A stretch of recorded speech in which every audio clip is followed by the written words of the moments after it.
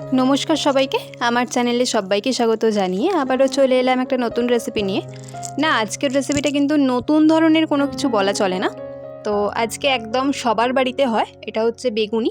যদিও বেগুনি সবাই বানাতে জানেন, আর বেগুনি প্রত্যেকটা বাড়িতে বানানো হয়ও, কিন্তু বেগুনি বানালেও কিছুক্ষণ পরে নরম হয়ে যাওয়া বা মুচমুচে না থাকা, তো এইগুলো কিন্তু ফেস করতে হয় প্রায় অনেককেই।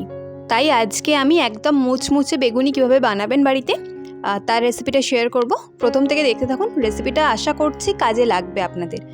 তো প্রথমে আমি বেগুন নিয়ে নিয়েছি, লম্বা লম্বা করে, যেমনভাবে বেগুনির জন্য কাটা হয় পাতলা করে আমি কেটে নিয়েছি। তারপর কেটে আমি বেগুনটা অল্প একটু নুন মাখিয়ে সাইডে রেখে দিলাম। আর এইদিকে একটা পাত্র নিয়েছি, এতে নিলাম 1.5 কাপ বেসন, তাতে নিচ্ছি 1/2 কাপ সুজি। সুজিটা কিন্তু গুঁড়ো করে রাখা না, এমনি নর্মাল সুজি।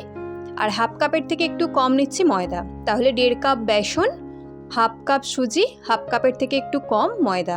তাতে দিয়ে দিলাম স্বাদ অনুযায়ী নুন, সঙ্গে 1/2 চামচ হলুদ গুঁড়ো, একই পরিমাণ দেবো লঙ্কা গুঁড়ো, 1/2 চামচ না, 1/2 চামচের থেকেও কম বলতে পারেন, 1 চিমটে করে হলুদ গুঁড়ো, লঙ্কা গুঁড়ো, সঙ্গে একটু ওই 1 চিমটে গোলমরিচের গুঁড়ো। তারপর দিচ্ছি 1/2 চামচ আদা রসুন বাটা, আমি কিন্তু আদা রসুন একসাথে বেটে রেখেছি। আর সঙ্গে দিচ্ছি 1/2 চামচ চাট মশলা। চাট মশলাটা আপনারা সবসময় উপরে ছড়িয়ে দেন, মানে ভেজে ফেলার পর, কিন্তু একবার এইভাবে ব্যাটারের সাথে দিয়ে দেখবেন, যখন খাওয়ার সময় না একটা দারুণ ফ্লেভার আসে, খুব ভালো লাগে খেতে। একবার বানিয়ে দেখুন এরকমভাবে। এরপর সব কিছুকে মিশিয়ে নিয়ে অল্প অল্প করে জল দিয়ে একটা ব্যাটার বানিয়ে নেব। তো জলটা কিন্তু একবারে দিয়ে দেবো না, তাহলে পাতলা হয়ে যেতে পারে আর বেগুনির ব্যাটারটা ভালো হবে না। তাহলে এরকম একটা ব্যাটার বানিয়েছি। এরপর আমি দিচ্ছি এরকম একটা ছোট্ট চামচে 1 চামচ দিয়ে দিলাম খাবার সোডা, দিয়ে খুব ভালো করে এটাকে ফ্যাটাবো মিনিট 5 ধরে, যেন এটা খুব ভালো করে ফ্যাটানো হয়। ফ্যাটানো ভালো যত হবে, মুচমুচে কিন্তু তত বেশি হবে। তারপর আমি আরেকটু ফ্যাটাতে ফ্যাটাতে জল দিয়েছিলাম। তো ব্যাটারের কনসিস্টেন্সি কিন্তু এইরকম হবে। তো ওটা ওদিকেই থাক সাইডে।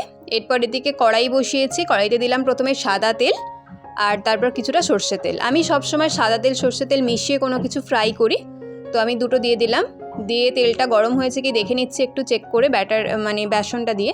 তো তেল গরম হয়ে গেছে। এরপর ওই যে ব্যাটার বানিয়ে রেখেছিলাম, বেগুনি নুন মাখানো বেগুনটাকে একটা একটা করে ভালো করে চুবিয়ে নিয়ে তেলেতে দিয়ে দেবো। তাহলেই একদম হালকা ফ্লেমে, মানে একদম লো ফ্লেমে প্রথমে ভেজে নেব কিছুক্ষণ, তারপর ওপরটা লাল লাল করে ভেজে তুলে নেব। খেতে ভীষণ ভালো হয়। আপনি আধ ঘন্টা পরেও যদি এটা খান, মুচমুচে থাকে। একবার বানিয়ে দেখুন, বানিয়ে তারপর আমাকে কমেন্ট করে জানাবেন আপনাদের কেমন লাগলো। তাহলে এরকম রেসিপি পেতে চ্যানেলটা সাবস্ক্রাইব করে পাশে থাকবেন, লাইক কমেন্ট শেয়ার করবেন। আর যদি কোনো কিছু রেসিপি দেখতে চান, অবশ্যই কমেন্ট করে জানাবেন, আমি শেয়ার করবো আপনাদের সঙ্গে। আর বেগুনি বানাতে সবাই জানেন, বাড়িতে প্রত্যেকেরই হয়।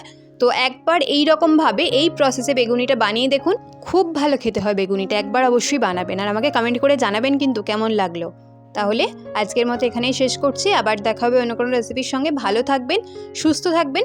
তো এদিকে কথা বলতে বলতে দেখুন একটা ভেজে তুলে নিয়েছি। আমি ওই একইভাবে আরও দুটো ছেড়ে দিচ্ছি তেলের উপর। এইভাবে গরম গরম বেগুনির সঙ্গে ডাল ভাত আর কিচ্ছু লাগবে না, এই বেগুনিটার সাথে তো আর কোনো কিছুই লাগবে না। তাহলে আজকের মতো এখানেই শেষ করছি। আর দেখুন আমি একটা লাস্টে ভেঙে দেখিয়ে দিচ্ছি কতটা মুচমুচে হয়েছে। প্রায় 15-20 মিনিট হয়ে গেছে কিন্তু এটা।